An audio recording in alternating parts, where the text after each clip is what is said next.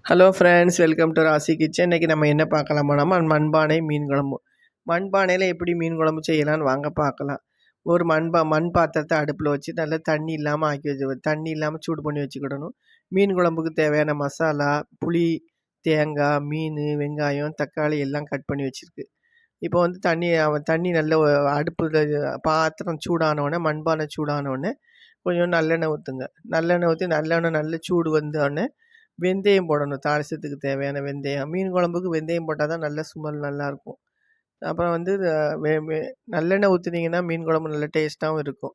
உங்கள் வீட்டில் என்ன எண்ணெய் ஊற்றுனீங்களோ அந்த எண்ணெயை ஊற்றி நீங்கள் வச்சுக்கிடலாம். அப்புறம் எண்ணெய் நல்ல சூடு வந்தோடனே வெங்காயம் போடுங்க. தாளிசத்துக்கு தேவையான கொஞ்சோண்டு மட்டும் வெங்காயம் போட்டால் போதும். தாளிக்கிறதுக்கு தேவையான வெங்காயம் மட்டும் போட்டு அந்த வெங்காயம் நல்லா செவக்கணும்.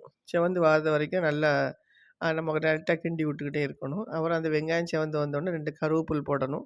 கருவேப்பில் போட்டு கருவேப்பில் நல்லா வெடிக்கும்போது 2 காஞ்ச மிளகா போடணும். எல்லாமே இப்போ தாளிசத்துக்கு தேவையானது எல்லாமே போட்டாச்சு. இதுக்கப்புறம் என்ன பண்ணணும்னா, கொஞ்சோண்டு நம்ம வந்து சின்ன வெங்காயம் கட் பண்ணி வச்சுருக்கோம்ல, அந்த சின்ன வெங்காயத்தை போட்டு நல்லா வதக்கணும். பொதுவாகவே மீன் குழம்பு வந்து சின்ன வெங்காயம் போட்டு வச்சா தான் நல்ல டேஸ்ட்டாக இருக்கும். அந்த சின்ன வெங்காயத்தை போட்டு நல்லா வதக்கணும். அது வதங்கி வரும்போது நம்ம வெங்காயம், தக்காளி ஆல்ரெடி ஏற்கனவே கொஞ்சம் கட் பண்ணி வச்சுருக்கோம். அதையும் போட்டு ஒரே ஒரு தக்காளியும் போட்டுக்கலாம். கொஞ்சம் 2 உப்பையும் போட்டு நல்லா வதக்கணும். உப்பை போட்டு நல்லா வதக்கி அப்போனா தான் அந்த இப்போ உள்ள தக்காளிகளெல்லாம் வந்து ரொம்ப கட்டியாக இருக்கும். அதனால் அந்த உப்பையும் போட்டு வதக்குனா கொஞ்சம் சாஃப்ட் ஆயிடும் தக்காளி. அப்புறம் மீன் குழம்புக்கு தேவையான மசாலா எடுத்து வச்சுருக்கோமா, அந்த மசாலா வந்து நம்ம வீட்டில் தயாரிக்கிறது தான். அந்த மசாலாவில் அந்த புளி கரைசலை ஊற்றி நல்லா கரைச்சி வச்சுக்கிடணும். அந்த கரைச்சி வச்சுக்கிட்டு இந்த அடுப்பில் ஏற்கனவே நம்ம போட்டிருக்கோமா, அதில் நல்லா எண்ணெய் பிரிஞ்சு வரும்போது இந்த மசாலாவை தூக்கி அப்படியே ஊற்றிடணும். மசாலாவை தூக்கி ஊற்றி நல்லா கிண்டிக்கிட்டே இருக்கணும். அந்த மசாலா, அந்த வெங்காயம், தக்காளி எல்லாம் கூட நல்லா சேர்ந்து இந்த எண்ணெய் நல்லா பிரிஞ்சு வர்றது வரைக்கும் நல்லா வதக்கணும். அப்படின்னா தான் குழம்பு நல்ல வாசனையாகவும் இருக்கும், நல்ல ரெட்டிஷாகவும் இருக்கும். அது வரைக்கும் நல்லா வதக்கி விடணும். அதுக்கப்புறம் தேவையான உப்பு, முதல்ல ஆல்ரெடி ஏற்கனவே கொஞ்சம் உப்பு போட்டிருக்கோம். அதனால் தேவைக்கு மட்டும் கொஞ்சம் உப்பு போட்டால் போதும்.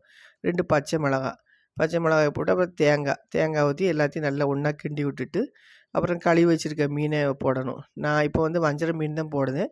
நீங்கள் என்ன மீன் வைக்கிறனாலும் என்ன மீன் நீங்கள் இது ரெடி பண்ணி வச்சுருக்கீங்களோ அந்த மீனை போட்டுக்கலாம். மீனை போட்டு நல்லா கொதிக்க விடணும். மீன் போட்டதுக்கப்புறம் வந்து அந்த குழம்பு வந்து கிண்டி விடக்கூடாது. மீன் வந்து உடஞ்சிரும் அதிகமாக கிண்டி விட்டோம்னா. அப்படியே கொஞ்சம் கொதி வந்தோடனே அடுப்பை சிம்மில் வச்சாலே போதும். சிம்மில் வச்சுட்டிங்கன்னா அப்படியே அது கொதித்து அப்படியே நல்ல ரெட்டிஷாக வரும். அதுக்கப்புறம் நல்லாயிருக்கும் அந்த குழம்பு பார்க்குறதுக்கே நல்லா. வீடியோவை நீங்களும் மண்பானையில் மீன் குழம்பு வச்சு ட்ரை பண்ணி பாருங்கள், நல்லாயிருக்கும். என்னோடய வீடியோ பிடிச்சா லைக் பண்ணுங்கள், ஷேர் பண்ணுங்கள், சப்ஸ்கிரைப் பண்ணுங்கள்.